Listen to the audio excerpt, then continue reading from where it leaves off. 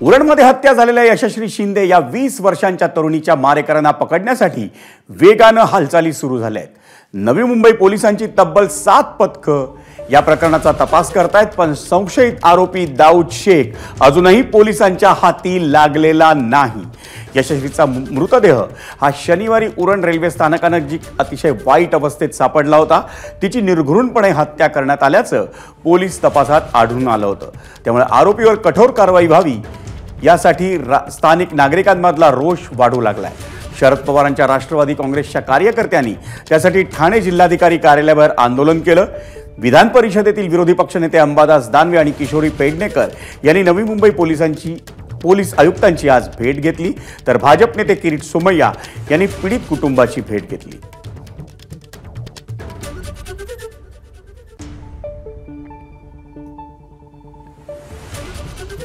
त्याच्यावर कडकात कडक कारवाई झाली पाहिजे। लवकरात लवकर त्याला पकडा, माझ्या पोरीला न्याय मिळाला।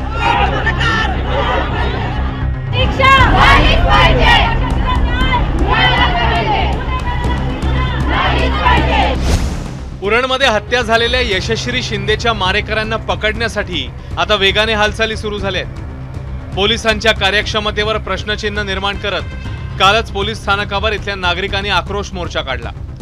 त्यानंतर आता नवी मुंबई पोलिसांची पथकं कर्नाटकला रवाना झाली आहेत। तब्बल 7 पथकांच्या माध्यमातून सध्या प्रकरणाचा तपास सुरू झालाय खरा, पण अद्याप तरी संशयित आरोपी दाऊद शेख हाती लागला नाहीये। 22 वर्षीय तरुणीची उरण स्टेशन जवळच्या ज्या निर्जनस्थळी हत्या करण्यात आली तिथे क्राईम ब्रांचच्या विशेष पथकाने सोमवारी भेट दिली। एबीपी माझानेही याच ठिकाणावरून आढावा घेतलाय।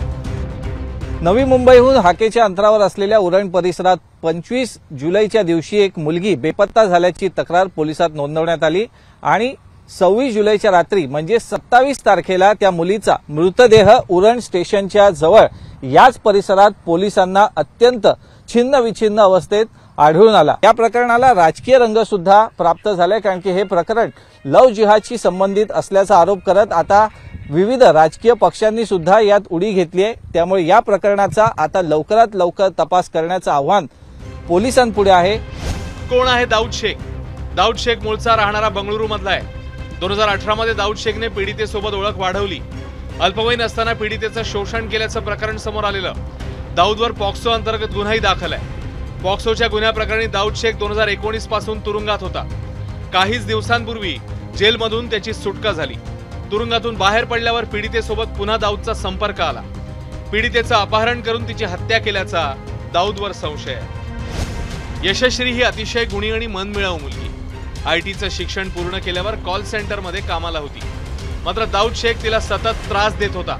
आपल्या मुलीच्या हत्येनंतर व्याकुळ झालेल्या नातेवाईकांनीही आरोपीला तातडीने अटक करण्याची मागणी केली आहे। तो माझ्या मुलीला त्रास देत होता, त्यामुळे त्याच्यावरती आम्ही 2019 मध्ये पॉस्को गुन्हा दाखल केले।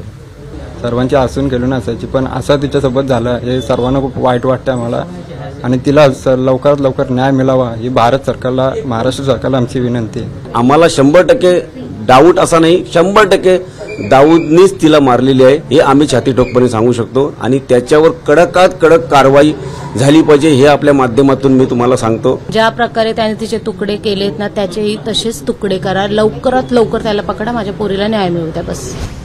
त्याच वेळेला दुसरीकडे राजकीय नेतेही आक्रमक होताना दिसत आहेत। विरोधी पक्षनेते अंबादास दानवे आणि किशोरी पेडणेकरांनी पोलीस आयुक्तांची भेट घेतली आहे, तर ठाण्यातल्या जिल्हाधिकारी कार्यालयाबाहेर राष्ट्रवादी काँग्रेस शरद पवार गटाचे कार्यकर्ते आक्रमक झालेले पाहायला मिळाले। आमदार जितेंद्र आव्हाड यांच्या पत्नी आणि सामाजिक कार्यकर्त्या ऋता आव्हाड यांनीही पोलिसांना जागा करण्यासाठी आंदोलन करत असल्याचं म्हटलंय। एकीकडे लाडकी बहीणचा मोठा गवगव, पण आपल्या बहिणीच सुरक्षित नाही अशा प्रकारची स्थिती राज्यामध्ये निर्माण झालेली आहे। आज राज्यामधील ज्या बहिणीत आपल्या महिला आहेत यांच्यामध्ये जी असुरक्षिततेची भावना आहे त्याचं काय?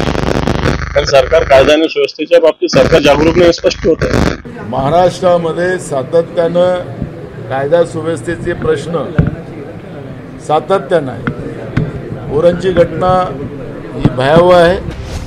सत्ताधारी सरकारमधील भाजपचे नेते किरीट सोमय्या आणि स्थानिक आमदार महेश बालदी यांनी पीडितेच्या कुटुंबियांची भेट घेत त्यांचं सांत्वन केलंय। त्याचवेळी सोमय्यांनी हे प्रकरण लव जिहादचं असल्याचा आरोप केलाय।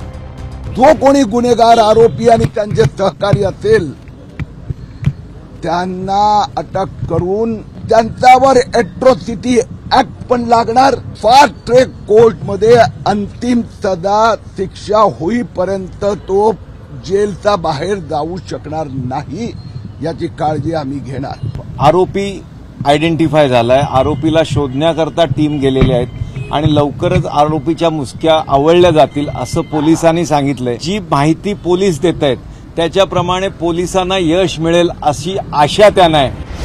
सोमय्यांचा आरोप खरा असेल तर निश्चितच त्याच्या मुळापर्यंत जायला हवं, पण राजकीय नेत्यांनी आक्रमक भूमिका घेतली असली तरी या प्रकरणाला राजकीय वळण लागायला नको. यशस्वीची निर्घृण हत्या ही अवघ्या समाजाला मान खाली घालायला लावणारी घटना आहे. त्याचा तपास होऊन आरोपीला कठोरात कठोर शिक्षा व्हायला हवी. विनायक पाटील आणि अमेय राणेसह ब्युरो रिपोर्ट, एबीपी माझा, मुंबई. एबीपी माझा, उघडा डोळे बघा नीट.